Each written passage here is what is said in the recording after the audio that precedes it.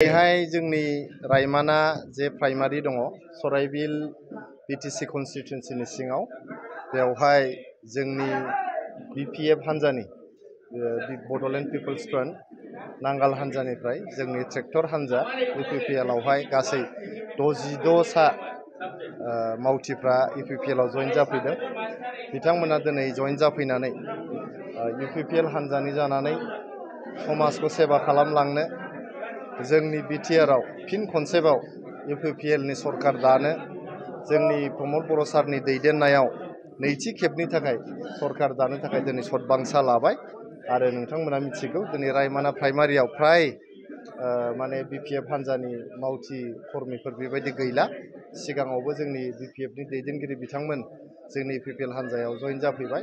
जोंनि इउपिपिएल हान्जानि नीति आदर्शखौ मोजां मोननानै आरो प्रमद बर' सारनि मावनाय हाबाफारिफोरखौ मोजां मोननानै दिनै इउपिपिएल हान्जायाव फैजोब्बाय। नोंथांमोना मिथिगौ थांनाय 5 बोसोराव जेखौ रावबो सिमाङावबो नुवाखैमोन जे बड'लेण्ड ओनसोलनि दुंदुं हाव हाव थासारि, जोंनावहाय बाव आर्मि केम्पनि थासारि, रिलिफ केम्पनि थासारि, जाथि जनगोष्ठीनियाव गेजेराव न' सावलायनायनि थासारि, बेफोर गासिबो थासारिफोरखौ फोजोबजोबनानै मोजां मोनसे आबहावा सोरजिनो हादों, गोजोनखौ गायसननो हादों।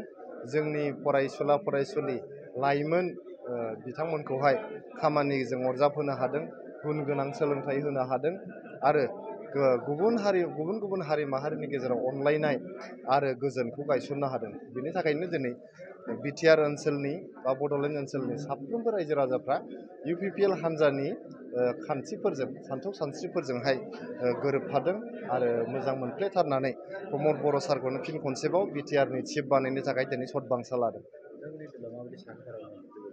बिसायख'थिया जेब्लानो फोसावगोन अब्लानो इउपिपिएल हान्जाया एबार सिंगोल हेन्डेडलि एबसुलुट मेजरिटि लानानै बिटिसि आवहाय सरकार दागोन आरो प्रमद बर' सारा फिन खनसेबाव चिफ जानो थांगासिनो दं। रायजो राजाफोरनि थाखाय गोबां खामानि मावबावनांगौ दङ। जिहेतु 5 बोसोराव जों सान्थिखौ गायसनबाय, बे सान्थिखौ अराय गोजोर खालामनो जोंनि जे लामा दालांफोर जों जे लुदों बे लामा दालांफोरखौ आरो बांसिनै जाहाथे लुबावनो हायो बेनि थाखाय खामानि दङ।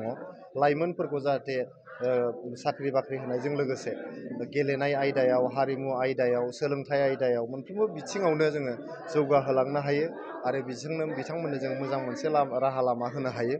जायफोर बिथांमोना सिगां जोंनि एक्सट्रिमिस्ट अर्गेनाइजेसनसफ्राव दंमोन, थिउरिया हान्जाफ्राव दंमोन, बे थिउरिया हान्जायाव थाबोनाय जे माने सारेन्डार मिलिटेन्टफोर दङ बिथांमोननो जोङो मोजां राहा लामा होनो हायो, बिथांमोननो जिउ खांनायनि जाहाथे राहा होनो हायो बिनि थाखाय खामानि मावनांगौ। आइजोफोरनि जौगानायनि थाखाय खामानि मावनांगौ गोबां दङ। जों माइनाव सोरां बिथांखिनि गेजेरजों आइजोनि सेल्फ हेल्प ग्रुपफोरनो 75,000नि प्रथम किस्तिखौ जों होनो हादों। बिनि अनगायैबो जों गोबां बिथांखिफोर, अनसाय बिथांखियानो जा, गियान सोरां बिथांखियानो जा, गोबां बिथांखिफोर लानानै आइजोफोर आरो स्पेसियेलि फरायसुलिफोरखौ जोङो जौगाहोनो थाखाय हाबाफारि लाबोदों। दा बेफोर माने जागायनाय हाबाफारिफोरखौ जाहाथे मोजां मोनसे शेप होनो हायो, मोनसे मोजां कनक्लुजन हैनो हायो, बेनि थाखाय प्रमद बर' सारखौ जोङो बिटिआरआव नैथि खेबनि थाखाय जोङो चिफ दिनै लुबैदों रायजो राजाफ्रा।